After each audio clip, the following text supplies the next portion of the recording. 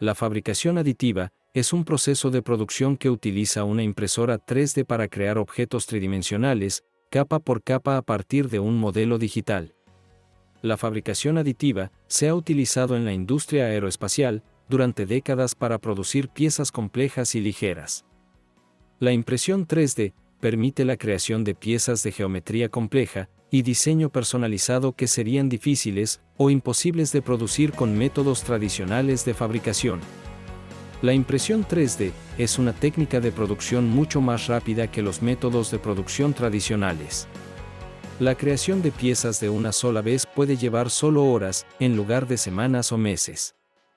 La impresión 3D también se utiliza en la fabricación de prótesis médicas personalizadas y herramientas quirúrgicas específicas para pacientes. Se utiliza en la producción de joyas y bisutería personalizadas.